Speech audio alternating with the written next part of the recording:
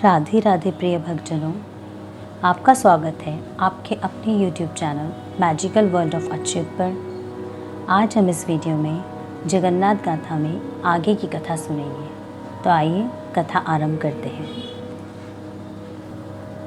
पर्वत की चोटी से जंगल ऐसा लगता था मानो आगे बढ़ती हुई सागर की लहरें किसी मांत्रिक प्रभाव से यकायक रुक गई हों।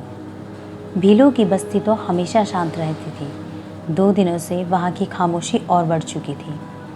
रोज़ की तरह तड़के ही उठकर निकला था विश्वावसु और थोड़ी देर में लौट आया था। बेटी, यह क्या कर दिया तुम्हारे पति ने? यह कहते हुए विश्वावसु घर के आंगन में गिर गया। यह देखकर ललिता को तत्काल आत्मबोध सा हुआ और वह जान गई कि क्या हुआ होगा। वह हमेशा महसूस करती थी कि विद्यापति उसे बहुत प्यार करता है, फिर भी उसके साथ रहने की इच्छा के पीछे उसका कोई विशिष्ट प्रयोजन था और वह उसी की पूर्ति की प्रतीक्षा कर रहा था। विश्वावसु के आघात का ललिता के लिए एक ही अर्थ था। विद्यापति उनके रहस्यमय भगवान की प्रतिमा को लेकर भाग गया था, जिसमें वह इतनी रुचि ले रहा था। दिन गुजरा और रात भी बीत गई। उन दोनों ने न अन्न का एक दाना तक स्पर्श किया और न उनकी आंख लगी। दूसरे दिन सुबह विश्वावसु उठा, रोज की तरह गुफा की तरफ निकला। उसके पीछे ललिता और रिश्तेदार भी चलने लगे। विश्वावसु गुफा के भीतर पहुंचा, जहां पहले भगवान की मूर्ति थी। उस चट्टान के पास पहुंचकर टकटकी बांधे खड़ा रहा। फिर उस ऊंची चट्टान पर गिरकर विश्वावसु बिलख बिलख कर रोने लगा। दोपहर के वक्त एक भील युवक दौड़ते हुए गुफा के पास आया और बोला, पहाड़ पर से कुछ लोग हमारी तरफ आ रहे हैं, उनमें महाराजा भी हैं। यह सुनकर सब चौंक उठे। थोड़ी देर में एक और भील युवक दौड़ा दौड़ा आया और बोला, जो लोग हमारी ओर आ रहे हैं उनमें विद्यापति भी है। विश्वावसु गुफा से बाहर चला आया। दूर से राजा आ रहे थे। दोनों हाथ जोड़कर विश्वावसु शिला जैसा खड़ा था।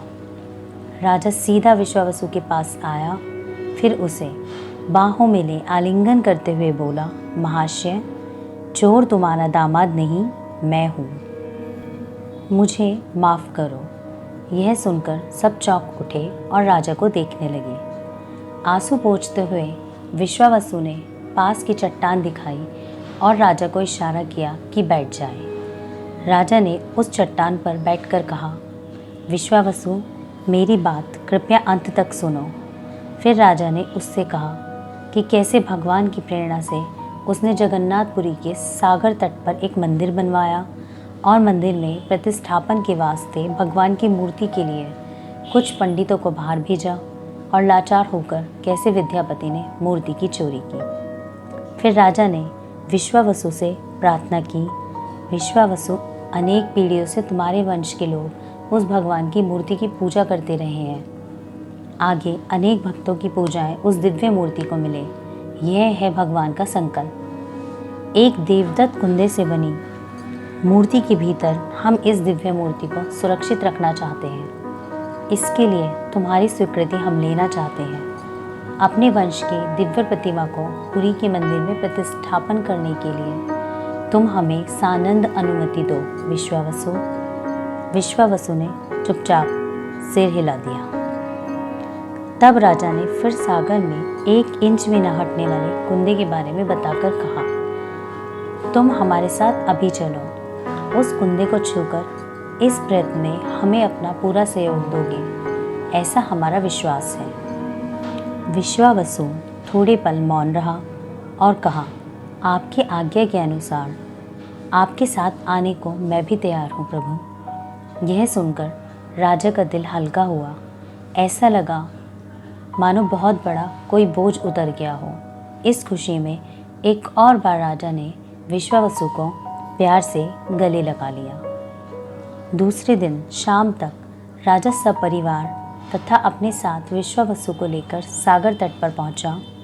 विश्वावसु नाव में बैठकर सागर में थोड़ी दूर आगे बढ़ा और कुंदे को उसने भक्ति के साथ छू लिया।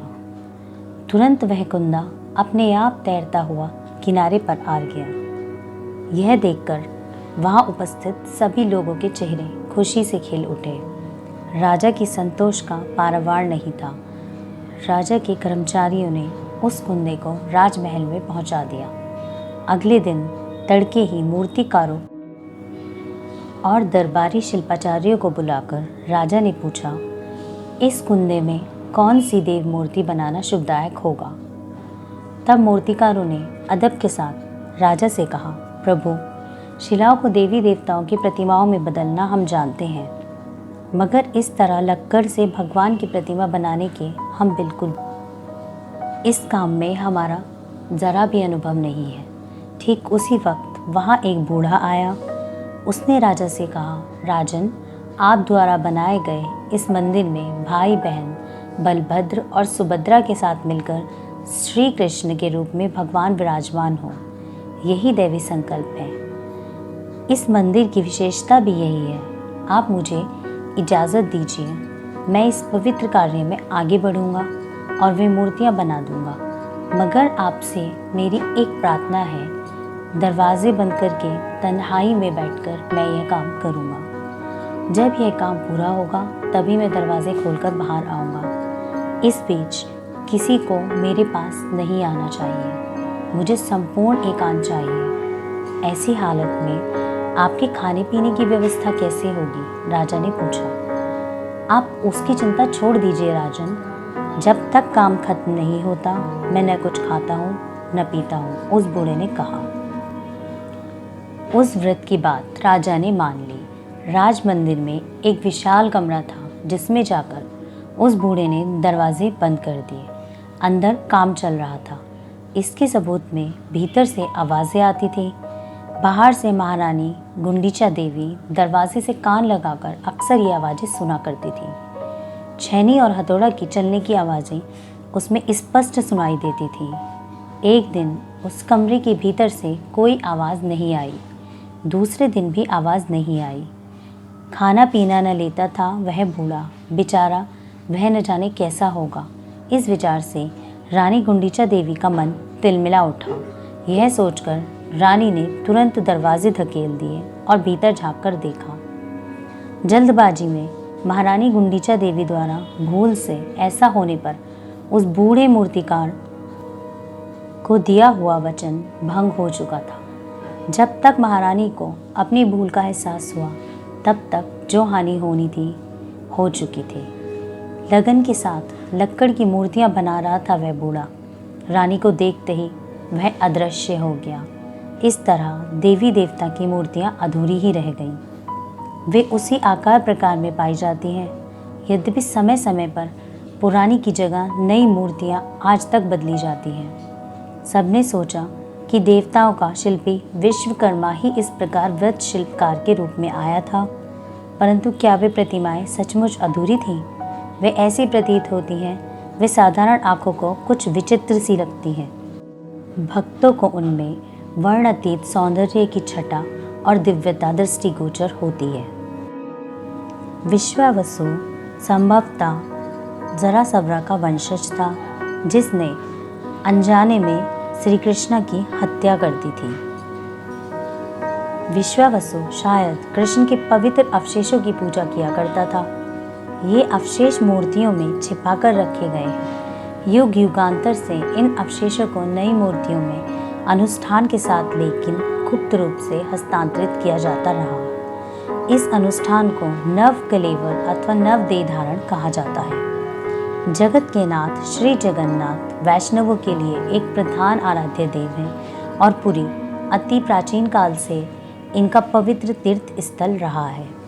विद्यापति और ललिता के वंशज, जिन्हें दैत्यपति कहते हैं, इन आराध्य देवों के मुख्य पुजारियों में हैं। जगन्नाथ गाथा में आज बस इतना ही। आगे की कथा नेक्स्ट वीडियो में सुनेंगे। राधे राधे।